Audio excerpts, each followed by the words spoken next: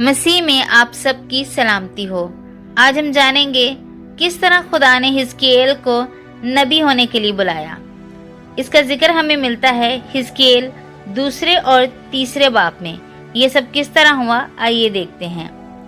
جب بنی اسرائیل خدا کی نافرمانی اور گناہوں میں ڈوب گئے تو خدا نے ایک شخص کو نبی ہونے کے لیے چنا تاکہ وہ بنی اسرائیل کو خبردار کرے۔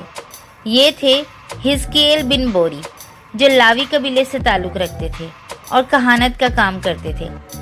قصیدی جب بنی اسرائیل کو اسیر کر کے بابل لے گئے تو مقدس حزقیل بھی ان کے ساتھ قید میں تھے۔ وہیں پر نہر کبار کے کنارے خدا کا جلال ان پر ظاہر ہوا اور خدا نے انہیں نبی ہونے کے لیے بلایا۔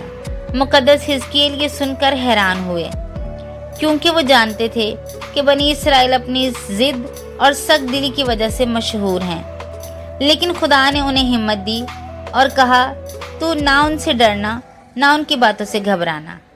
اس وقت خدا نے مقدس حزقیل کو ایک عجیب علامت دکھائی۔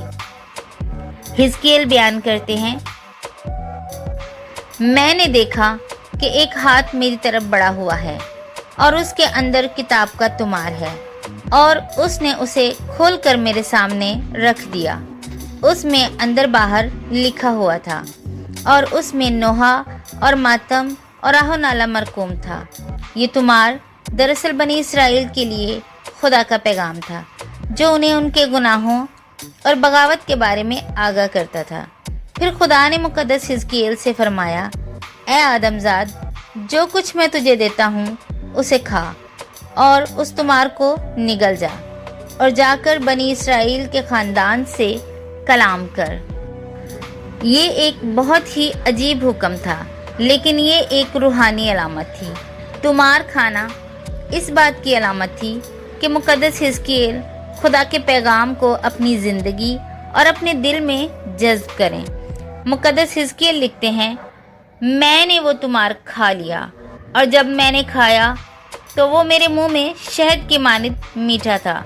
مقدس حزقیل نے جب وہ تمار کھایا تو ان کو وہ میٹھا لگا، کیونکہ خدا کا کلام چاہے کتنا ہی سخت کیوں نہ ہو، وہ اس کے خادم کے لیے میٹھا اور زندگی بخش ہوتا ہے۔ لیکن اس کے اندر کا پیغام غم اور ماتم اور عدالت کا تھا، جو بنی اسرائیل پر آنے والا تھا۔ خدا نے مقدس حزقیل کو یہ ذمہ داری دی کہ بنی اسرائیل کو جا کر کلام سنائیں۔ اگر لوگ ان کی نہ سنیں تو ان کا خون لوگوں کے سر پر ہوگا، لیکن اگر مقدس حزقیل خاموش رہے تو لوگوں کے خون کا حساب مقدس حزقیل سے لیا جائے گا۔ یہ واقعہ مقدس حزقیل کی نبوت کا آغاز تھا۔ یہ پیغام صرف سنانے کے لیے نہیں تھا، بلکہ دل و دماغ میں رچنے کے لیے تھا، تاکہ مقدس حزقیل کلام کو سچائی اور طاقت کے ساتھ بیان کریں۔ خدا اس کلام پر عمل کرنے کی ہم سب کو توفیق عطا کرے۔ اگر ویڈیو اچھی لگی تو اسے لائک، شیئر اور سبسکرائب ضرور کریں۔